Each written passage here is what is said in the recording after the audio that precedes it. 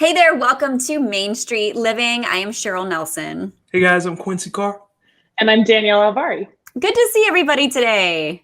Likewise. You know, it is and it's not, because I wanted to talk to you guys. I just recently took my car into the shop and I was thinking, man, it really sucks spending so much money on a car. And then it got me thinking, how is Cheryl's car doing? Is it still running? Is it causing you any problems? Well, it's funny you ask because I just hit a milestone. And you guys, all right, I took a picture to prove it. Look how many miles are on my car. Oh, I'm scared. It was ridiculous. Okay, Cheryl. 350,000. Yes. What do they say when you bring that in for an oil change? What do they say to you? Well, here's the funny part. So my advisor there at Honda, I drive a Honda, he says that his car is at 500,000. Okay, so he's an enabler. He's an enabler, Yes. Cheryl. Oh, that's what it is, you guys. I'm enabled. No wonder I can't quit on this, because now it's a challenge. I have to see, can I make it to 400?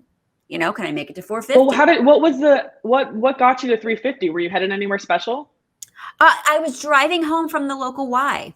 Yeah. Okay. So I was just locally, and I was able to pull Do an over. ordinary thing. I was able to pull over in a parking lot and take a picture of it to prove it. So Wow. yeah, I don't know. I mean, maybe Honda will give me a free car. Yeah, right. Probably have to get to No, a that's million not gonna miles for that. Yeah. But anyway, guys, we've got a great show coming up today. You guys know, as a meteorologist, I'm passionate about disaster preparedness. We're going to talk about how to prepare your animals. And we're also going to talk about preparing for unexpected mothers. Got some great resources for them. Oh, Yeah, I'm really excited for today's show. I know we're going to hear about a very special smoothie recipe, but first, join us as we get our kicks on Route 66 right here on Main Street Living.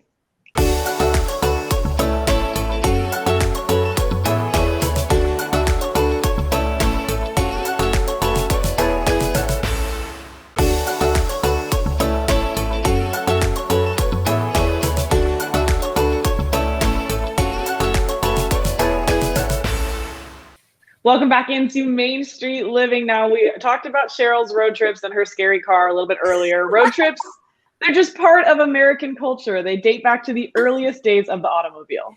That's right. And no road trip route is as celebrated as the one that runs along the iconic Route 66. And our next guest knows a little bit about Route 66, a little more than anyone, in fact. Let's welcome Rhys Martin to the show. How you doing there, Rhys? I'm doing great. Thank you. Good. Well, you know, I have a question because I'm from the South and I know people say it differently. Route 66. We've all heard about it. But for many of us who don't know exactly what it is, can you give us a little history lesson?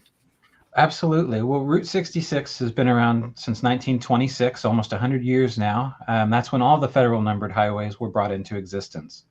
And so it served as the route from Chicago to Los Angeles, which made it a very popular and well-known thoroughfare for people to cross the country.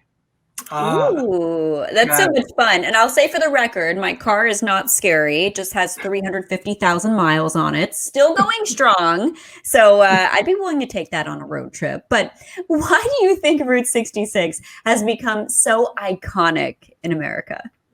Well, it's enjoyed several lives over its existence, and a lot of that is really tied closely into pop culture.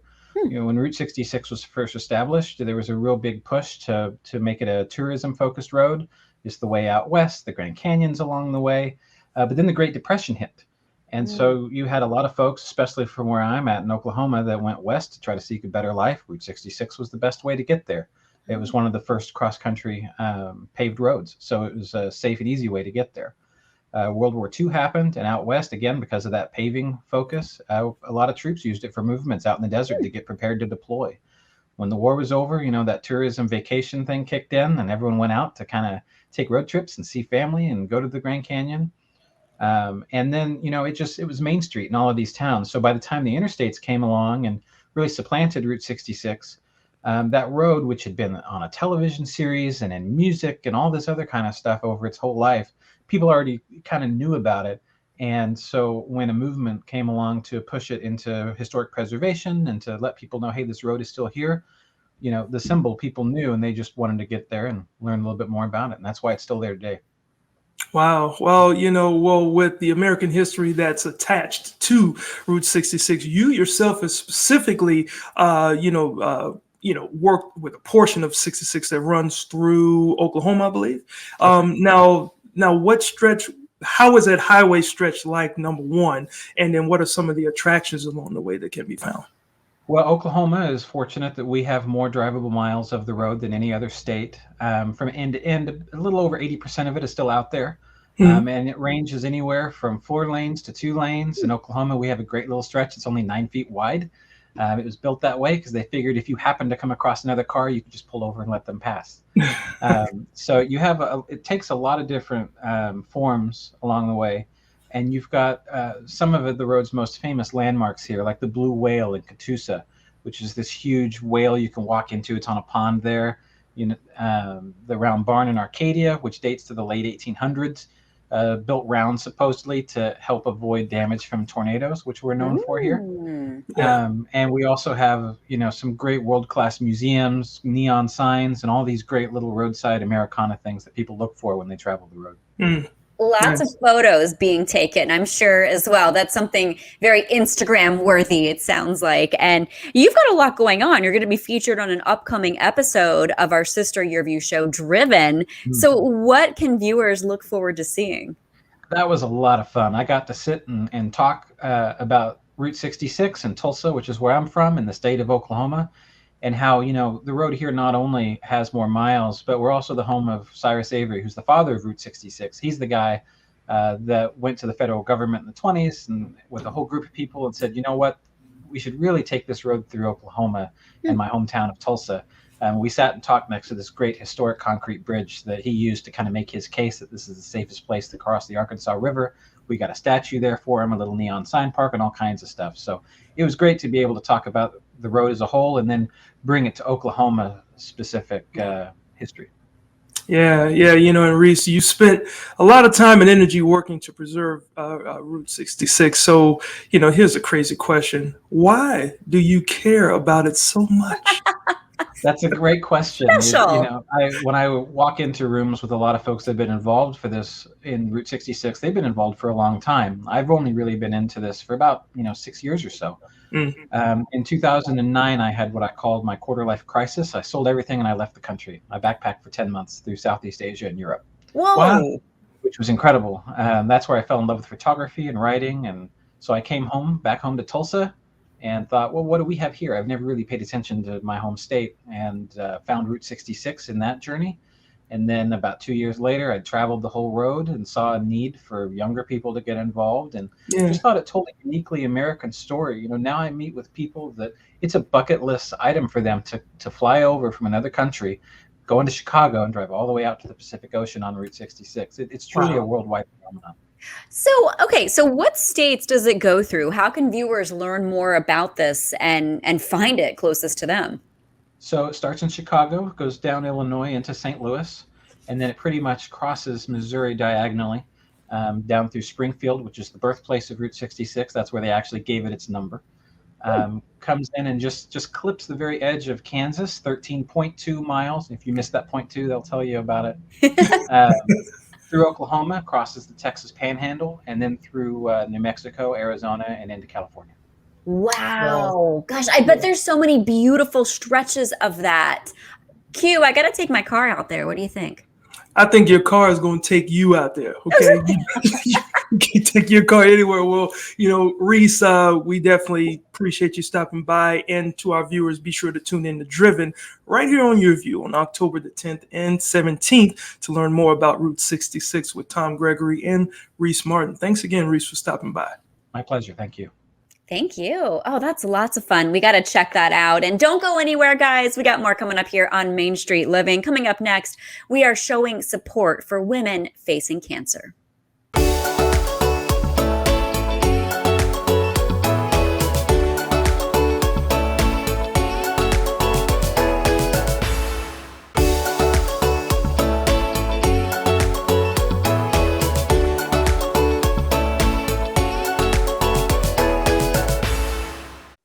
Welcome back to Main Street Living. Now, Danielle, Cheryl, September is Ovarian Cancer Awareness Month, and this is one of those things that really does need more awareness because it doesn't get that much attention in conversation.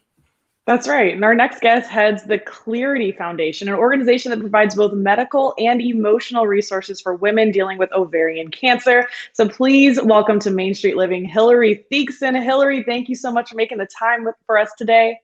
Oh, thanks for talking to us, and thanks for shining a little bit of a spotlight on ovarian cancer during September. Really appreciate y'all taking the time. Thank you. Right. Well, so as Quincy just mentioned, as you just mentioned, September is Ovarian Cancer Awareness Month. That is news to me, so it's already doing its job. So for people who don't know much about ovarian cancer, what is the basics on the diagnosis, and why is it so challenging to treat? Sure. Well, those are great questions and great ones during September. And I think it's really useful for your listeners to know that ovarian cancer, oftentimes there is no early detection for ovarian cancer. That's usually a surprise to a lot of women when they go for their annual gynecological appointment. The tests that are customarily conducted do not screen for ovarian cancer. So typically we're diagnosing ovarian cancer really late in the disease course at stage 3 or stage 4, when cancer is usually harder to treat. It's spread. And so it's harder to treat at that point. And so the survival rates for ovarian cancer, unfortunately, lag behind those for other cancers like breast cancer. It's one of those areas where we still need to see a lot of improvement in outcomes. So Clearity is here to support women in accessing the latest science, in supporting them emotionally through this experience. I think it's really important on that topic of diagnosis for women to know that the signs and symptoms of ovarian cancer can be kind of vague. Sometimes it's bloating or abdominal pain or urinary frequency or urgency. So it's really important that if you, for me, yeah, I know, exactly. So I can see it's difficult. Yeah, a lot of women will tell us that, they knew for a while that something was different. And it oftentimes takes a while to get a confirmatory diagnosis. So I think if you can, encourage listeners to just be real strong advocates for their health. If you suspect something, don't be dismissed, and find a physician who will listen to your concerns if you feel like something's really different. Yeah, you always want to talk to your doctor. And sometimes people might think that they're hypochondriacs or they're worried about things like that. But I always say it's better to be safe than sorry. And if you feel off, get it checked out. So the Clearity Foundation was founded back in 2008. What made this get started? Yeah. So our founder, Dr. Laura Shaver, was a bench scientist in her early career. So she was one of these drug discovery scientists who developed some of the first targeted treatments for cancer. So these new treatments that we have to treat cancer in a more precise, less toxic way, she was involved in that in the early stages of her career.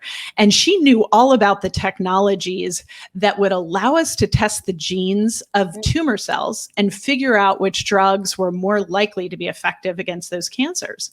So when she was diagnosed with ovarian cancer, her first thought was, well, what kinds of tests are we going to do on my tumor to figure out which drug is most likely to work? And like I said in the beginning, not all cancers are enjoying the same rate of improvement in treatments. We're not all enjoying the same rate of improvements in survival. And her oncologist basically said, we don't do that yet in ovarian cancer. Even though the technology exists, even though the tests are available, we just don't really know how to use them. So she, being both a scientist and an entrepreneur, she said, this is not acceptable. This needs to change. And I'm going to be part of changing this. Good. So that's what really founded Clearity, was figuring out how can we help women get their tumors tested so they can improve their ovarian cancer treatment, and in doing so, improve their odds of survival. So that was really the founding motivation, the founding inspiration for Clearity. That's so amazing, because anybody who's seen a loved one or a family member or a friend go through cancer treatment, it is brutal, right? So anything we can do to advance it and make it a little bit better. What kinds of support does Clearity offer? So Clearity really our goal is to help women and families who are going through this experience with all of the support that they need. So in our early days, we were really focused on the science and understanding what was happening with each woman's unique tumor and helping her use research and science to make the very best treatment decision she could. And since then, we've expanded our offerings so that we also provide psychosocial support. Women, you can imagine, you've seen this firsthand, you alluded to this. This is stressful, it's anxiety producing, it affects the whole family. And so we help women to really manage and cope with the diagnosis, learn how to manage their stress, to manage the uncertainty of the diagnosis, to become comfortable with all of the flood of information that they need to learn in managing their condition. So we help with that adjustment. All right. Maybe you've heard this from your friends who are experiencing a cancer diagnosis. People sometimes feel like they're living on a different planet. It turns their lives upside down, and it can be a really difficult adjustment. So we're there to help bring the latest science, the latest research and technology to help women find the very best treatment decision that they can, and to support them emotionally along the way with the ups and downs that come with the cancer journey. So we're there for the whole family and for the whole experience. Your organization is doing so much good, and we are running short on time here. But before we go, I want to ask you about the Who's Your Teal Woman campaign, and also about a special event you have coming up. Terrific. So the Who's Your Teal Woman campaign is a great way during September, during Ovarian Cancer Awareness Month, to recognize and acknowledge anyone in your life who has been impacted by an ovarian cancer diagnosis. So you can visit Clearity.org, CLEARITY.org, and nominate a woman as your teal woman. And we have had such an amazing response to this campaign. People just really relish the opportunity to help women who are facing this diagnosis feel supported and seen. And so that's a great way just for anyone in your life who's struggling with this to help them feel seen and supported. We have a really exciting broadcast on September 19th. It's our Teal Woman celebration. We're doing it virtually this year. Shannon Miller is going to be our host. She's an Olympic gold medalist, and we've got lots of fun content and engaging content. You'll get to hear her story, our founder's story, Dr. Laura Shaver, and it's going to be a great event. It's happening on September 19th at 6 p.m. You can register at Clearity.org. It's free to attend, but we also have some great sponsor benefits if you want to host a viewing party in your house. There's some really fun goodie bags if you register and sponsor that. Yeah, so your 2021 Teal Woman Virtual Celebration, that's on September 19th, again, right here on YurView. Actually, real quick before we let you go, how can viewers find more information about ovarian cancer and Clearity? Yeah. So, the Clearity website is a great first stop. There's a ton of information and resources there. It's Clearity.org. That's just a great landing point. We have folks who are available to speak to people who might be dealing with a diagnosis or a recurrence of their cancer. So that's just a great spot to go and figure out what other resources might be appropriate for you. So Clearity.org is a great first step. All right. We love your passion and everything you are doing. Thank you so much for joining us. Thank you. Really appreciate the time. All right. We've got lots more coming up on Main Street Living. We want you to be healthy. So coming up, if you like smoothies, we've got a healthy and a tasty recipe for you. You'll want to stick around.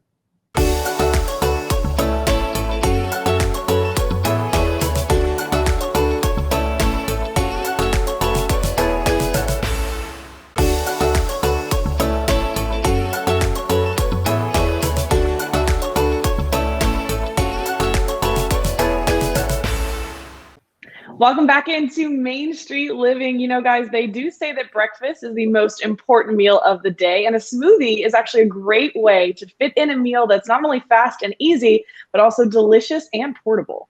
That's right, Danielle. And with just a few simple ingredients, of course, a smoothie can also be packed with some good nutrition. Jim White has some tips on a great way to start your day. Take a look. Hi, I'm Jim White, registered dietitian and certified personal trainer. Well, the summer is in full swing, and there's not a better way to start off your breakfast with a healthy smoothie. Try these 5 nutrition tips to make sure your smoothie is nutritious and delicious. So when making a healthy smoothie, it's really important to have all these nutrition tips. So I want to start off with the base. Now here is unsweetened almond milk. And the reason why I recommend this is because it's a low calorie liquid to making sure that you're gonna have more of a lower calorie drink. And also with the almond milk, you're getting in a good source of calcium and vitamin E, which can build strong bones. So we wanna add that in.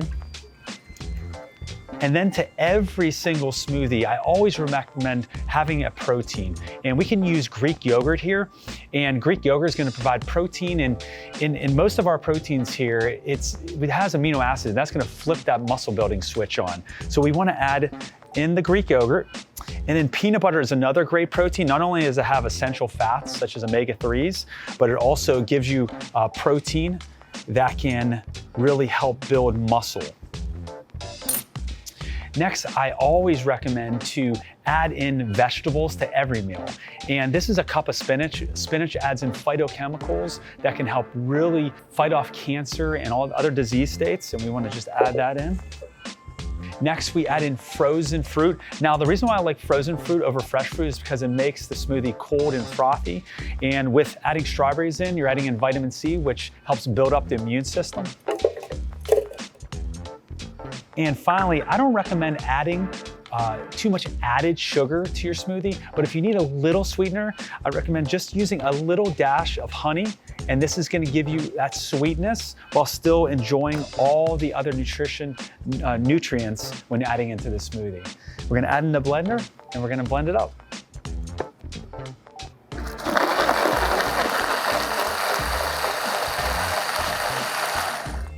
There we go, a nutritious and delicious smoothie this summer to keep you cold. For more fitness and nutrition tips, go to jimwhitefit.com. Guys, I was really excited for that package because I have a smoothie every day. So I wanted to see if I had these 5 things. Now, Cheryl and I try not to do, Cheryl's actually vegan and I do my best. So I try not to have dairy. So maybe not the Greek yogurt, but I also do water instead of almond milk. But I think the fruits, the veggies, low added sugar, love all of that. Yeah, and I just started using honey, but I also use water as well instead of milk. So yeah, that's smart. Mix it up a little bit. And if you want more tips for staying healthy and fit, go to jimwhitefit.com. Well, up next on Main Street Living, we are talking about how to give shelter pets a second chance. Stay with us for that.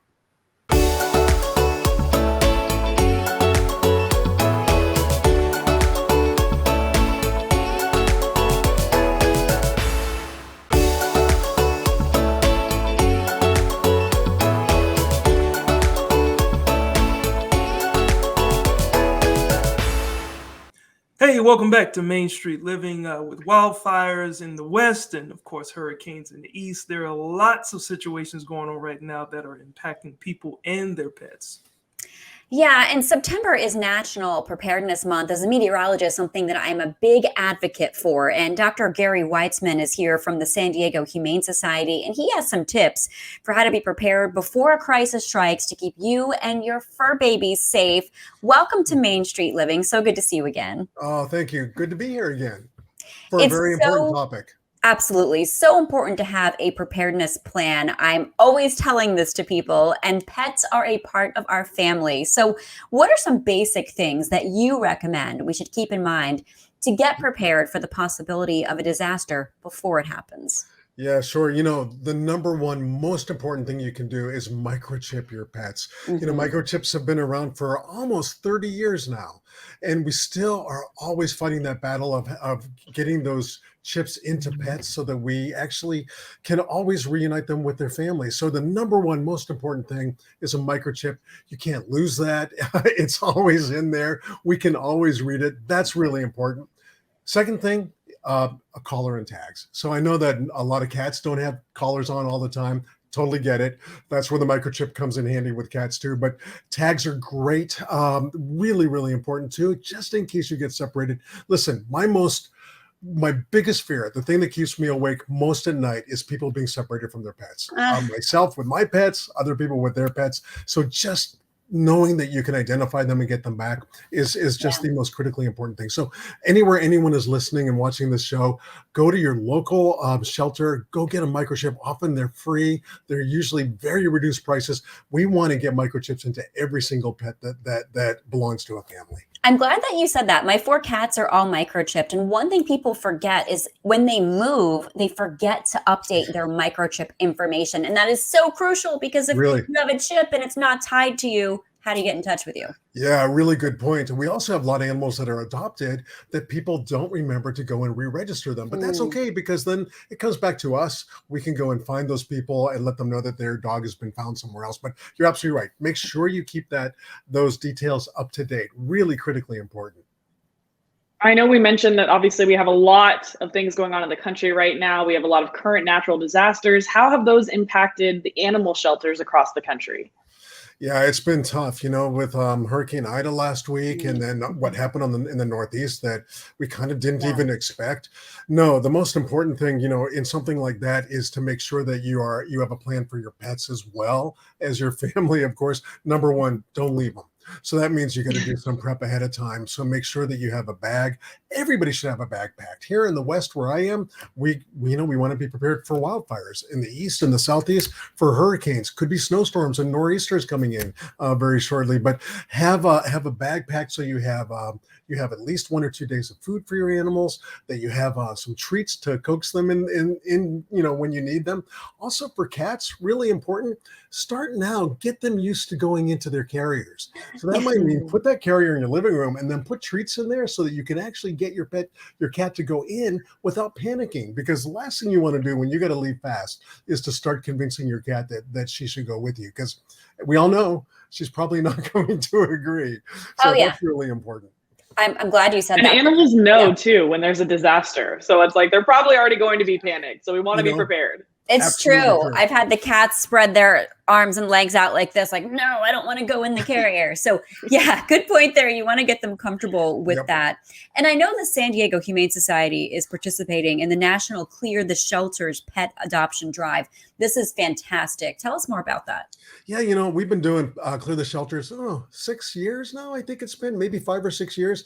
And in years prior to the pandemic, it was an amazing event where here in San Diego, we would probably get 2,000 animals into homes in just one day. So for my organization, we get about 500. We actually got the highest number of animals into homes from any shelter in the United States a few years ago. This year, a little different because of COVID. So we're not going to probably have the big crowds that would come in on one day. So instead, we're doing it for a whole month. And adoption fees are reduced or even waived. But really, the real point is, please come in. Now we need you. Those animals displaced from the hurricane, those animals displaced from wildfires, there's more animals in shelters, people going back to work. We really need you to come and adopt. And if you can't adopt, foster or donate to your local animal shelter, bring in towels and supplies. But really, if you're thinking about a pet, and everyone should have one, go to a shelter. Now's the time. Clear the shelters until the 18th or 19th, rather, of September. Let's get those animals out of the shelters where they're in such dire need of getting into homes. And I know you mentioned that people are going back to work, and that reminded me, a lot of people got pets during the pandemic, but what are some things that people should consider before deciding to adopt a shelter pet? Sure. It's a lifelong commitment for that pet for sure. Sometimes for us as well, because a dog, hopefully we're going to have our dogs with us for 15, 16 years, cats, maybe even up to 20 years. If you get a parrot, it could be 40 to 80 years. So it's a commitment. You really have to think that through. But honestly, it is part of being alive. Having a pet by your side. I could not have gone through the pandemic without my pets. Certainly my family as well, my human family, but those pets got me through day to day. And I think it's the pets are a little less annoying, right? Than the family. They can be, can't they? They don't talk back. They can be. They love us no matter what we've done wrong. So unconditional. Yes. Unconditional. And we can give unconditional love back because we generally don't judge them. But you're absolutely right to ask, because it is a big commitment to bring in animals into your house. So if you have questions, call your local humane society or your local municipal agency that takes care of homeless animals and wants to get them into your homes. We'll talk you through it. What you need to do to get ready for having a dog or to get a cat into your house or a rabbit or a chinchilla or any of the above. Or here at San Diego Humane, we've got livestock as well. We'd love to get our horses, our pigs, chickens into homes as well. So I think this makes us more human, and it makes us have more enriched, more wonderful lives. But we want to make sure you do it with some thought. Yeah, I know there's a lot that goes into it. I had a cat who lived to be 20, and you're right. It's a lifelong commitment, and you have to be prepared for that emotionally and also physically, financially as well. And if you're not in a state where you can adopt right now, there are other things you can do, like fostering, as you mentioned, and maybe even volunteering. Would you think that's a good idea? Yeah, absolutely.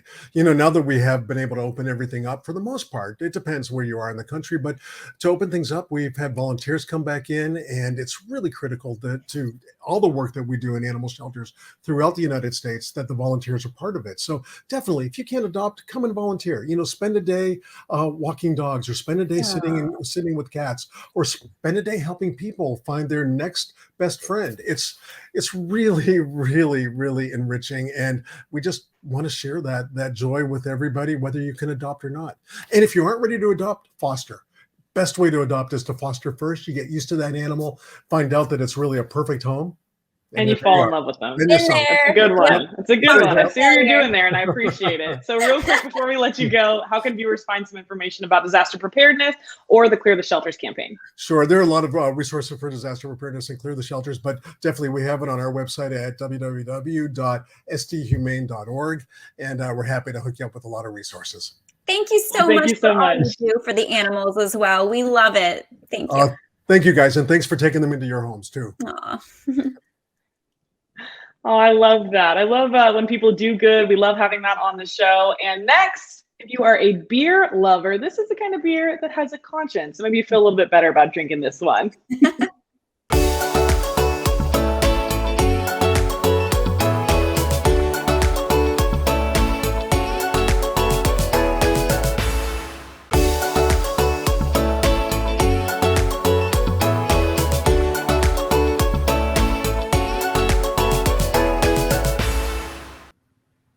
Welcome back to Main Street Living. In our last segment, we heard about some ways to give shelter pets a second chance at life. That's right. So when we heard about the Second Chance Beer Company, we needed to find out exactly what it was that they were given a second chance to. So let's check this out.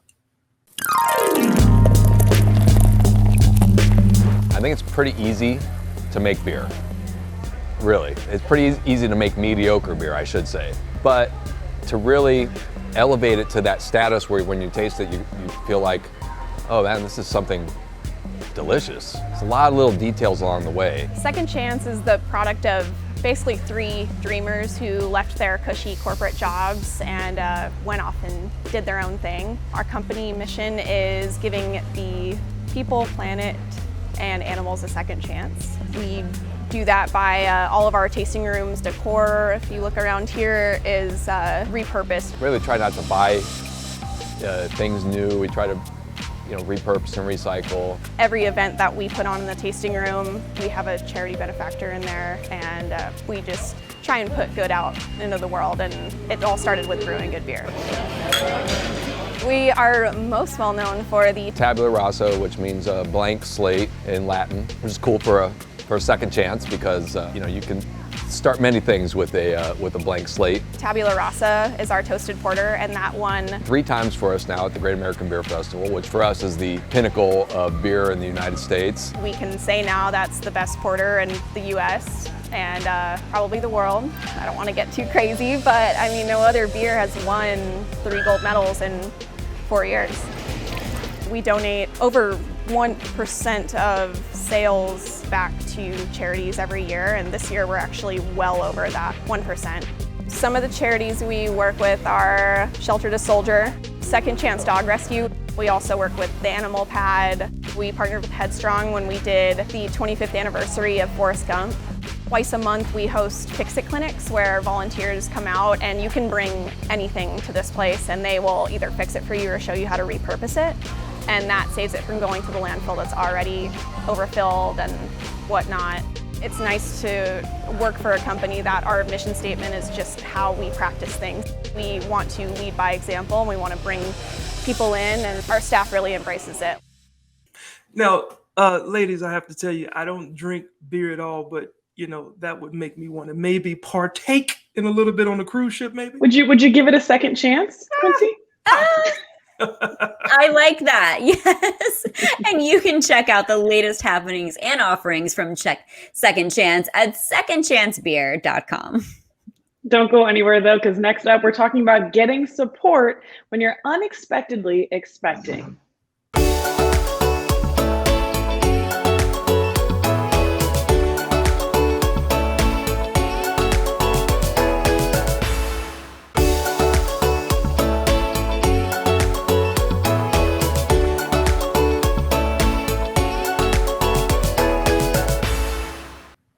Welcome back into Main Street Living. If you're planning to have a baby, it can be very exciting, but if the pregnancy is a surprise, the experience may be filled with stress or unanswered questions. Oh, yeah, I can imagine. And one group in California is working to make sure women have all the information they need to make informed decisions about their pregnancy and their future. Take a look. Save the Storks is an organization that equips pregnancy resource centers across the nation so that these pregnancy resource centers can reach more women facing unplanned pregnancies and provide them with holistic care, compassionate choices, and just an abundance of resources to support their decision to choose life. A lot of women, when they are faced with unplanned pregnancies, they often are decision vulnerable because they don't know of all of their choices. In that very immediate moment, they may think there's only one option for them to move forward. We believe in choices, and what that means is allowing them to actually have all of the choices and all of the options and all of the guidance so that they are able to make an informed decision. Save the Stork has been around for about 10 years. Most people know us by our Stork buses. A Stork bus is a mobile medical unit that's equipped with the state-of-the-art medical equipment as well as very knowledgeable and experienced medical professionals. They offer pregnancy tests, ultrasounds, and also STD tests. The buses enable them to reach areas, especially in rural areas, I would say, where maybe there's not a pregnancy care center nearby. And so these buses are able to go into those areas and provide the services that women maybe aren't able to get to. So I'm going to tell you a story about how the bus was available for one young girl. She was 16, she was pregnant, and it was very shameful for her family. They ostracized her, the boyfriend left her, all of her friends ostracized her. She was all alone, and her mother was asking her to get an abortion. She was going to the beach one day, and she saw our mobile unit, and she came up to the door and she said, "Can I please see my baby?" We did an ultrasound for her and found out that she was about 16 weeks along. We eventually was able to get the mom to come with, and the dad and the boyfriend. We got everyone together to come and do another ultrasound where they could all see. When her mother, who was encouraging her to have an abortion, saw this baby, she immediately started to cry. Everybody was in tears. She said, "You know, my family, each of us, we were all living for ourselves. We were all doing our own thing, but she said, now we all live for my daughter." So to me, that is the perfect example of what having a Stork bus in the right place at the right time can do. Sometimes another woman just needs to be inspired by another woman, and we can definitely empower more women by coming together and showing her and allowing her to understand that she is actually so much braver and so much more courageous than she gives herself credit for. We are here for you, 100%. We are here to walk this journey with you so that you're not alone and to help you find your heart in all of this. And that means and that you're going to make a choice that is truly going to be something that years from now you're going to be proud of. Wow, ladies, I was pretty touched by that great story of the 16-year-old and her family that changed their mind, and now they have a new life in the world. Yeah, I mean, I really like that they highlighted how important it is for everyone to know all of their choices, all of their options. Yeah, definitely. And you can get more information about this at SaveTheStorks.com. All right, straight ahead, we got more of Main Street Living. Stay right there.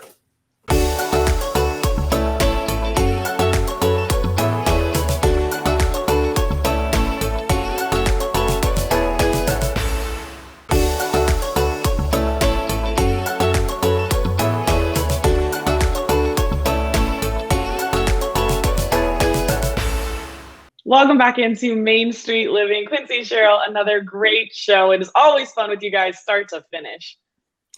Start to finish. Sounds like the idea of Cheryl's car making it a Route 66 from start to finish. You guys in my car, you're so funny, but that is on my bucket list now. I don't think I've ever ventured out on Route 66. So we'll see how many more miles I can put on my car. I think we're going to be venturing out to come rescue you when your car dies somewhere on there. But no, come on, have some faith. Goes I through keep the car, it well maintained. through the car graveyard and everything. But you know what? If you want to find out more about Cheryl's car in another episode, just keep watching us on the Cox Contour app as well. Oh, you guys. All right. We have brand new episodes of Main Street Living, 9 p.m. local time on Mondays. So make sure you join us next time as we take another stroll or drive down Main Street.